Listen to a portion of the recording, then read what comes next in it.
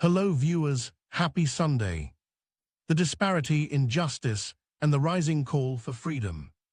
Recently, a Boko Haram terrorist identified as Husni Ismail was convicted by a high court and sentenced to 20 years in prison. In stark contrast, Mazi Nnamdi Kanu was reportedly handed a life sentence just last week.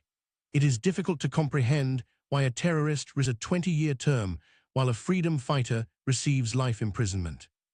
This disparity highlights a valid point often raised by critics. There was a conviction recently of a terrorist, Boko Haram. I believe his name is Hussein Ismail. He was convicted for 20 years by a high court. He was a Boko Haram terrorist. Mazi Nnamdi Kanu was convicted, I think, last week, and his own conviction said life sentence. I don't understand why one terrorist is getting 20 years and the other is getting a life sentence if you're saying that. I think Pastor made a good point. There's this idea that justice is served differently and it affects the problem. Mr. Speaker, I'll conclude by saying justice in this country seems to be administered selectively, which only exacerbates our problems. The legislative lobby intensifies. Despite this, there is hope. Diplomatic efforts within the Nigerian National Assembly to secure Mazi Nnamdi Kanu's release are intensifying. Members of the House of Representatives are actively gathering signatures as we speak. Step by step, senators and House members are aligning with this movement, recognizing the necessity of his freedom. Things before him that made him to jail him for life. Good enough. But Mr. President has the greatest opportunity now. I'm not a lawyer, but I'm a lawmaker. I'm not a lawmaker. I'm not a judge. I'm a lawmaker. What I am saying today, that Mr. President Leader, please. Mr. President today has the greatest opportunity as a very courageous person, that today I know that Point of order.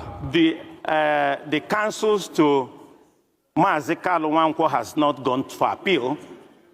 We are not appealing today. We are demanding today that within the ambit of law of these 60, 90 days, he has not gone to court. Order. For Mr. President to give him a pardon and release Nnamdi Kanu to us. I rest my case. Notably, some of the strongest voices in this movement are not even from the southeast. For instance, Bello El-Rufai, a lawmaker from the northwest, has spoken up.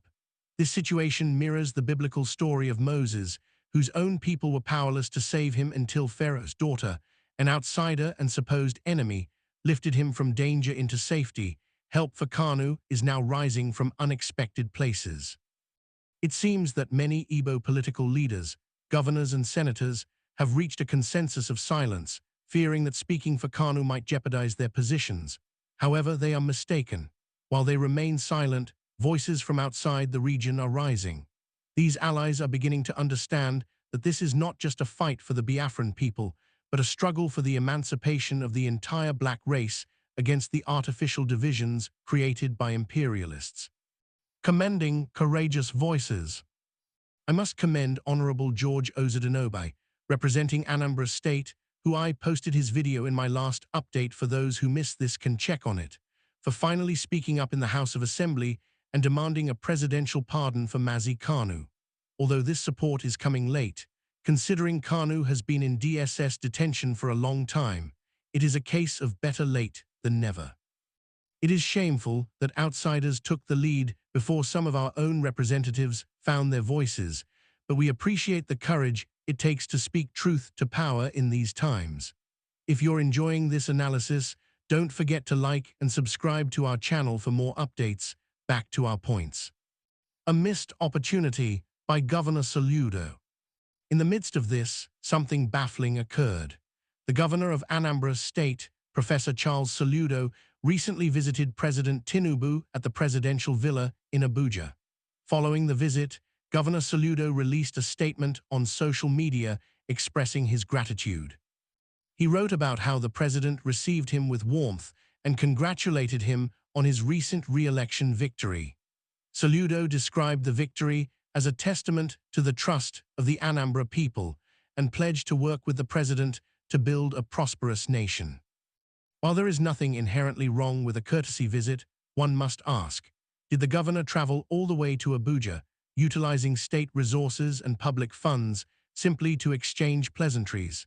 In his lengthy statement, there was not a single mention of a discussion regarding the security crisis in the southeast or a plea for Nnamdi Kanu's release.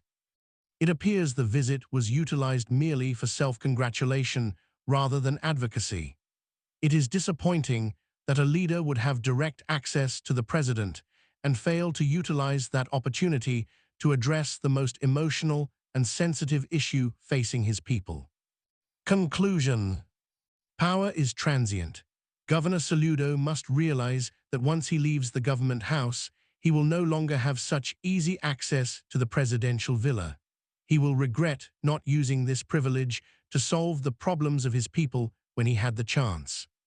As of today, November 30, 2025, the movement to release Nnamdi Kanu has become a pilgrimage. The pressure is mounting and the lobbying continues. Kanu has become a colossus, a symbol of resilience and peace. I assure you, he will not spend his life in that cell. His release is inevitable. Please like, share, and subscribe to the channel for more updates.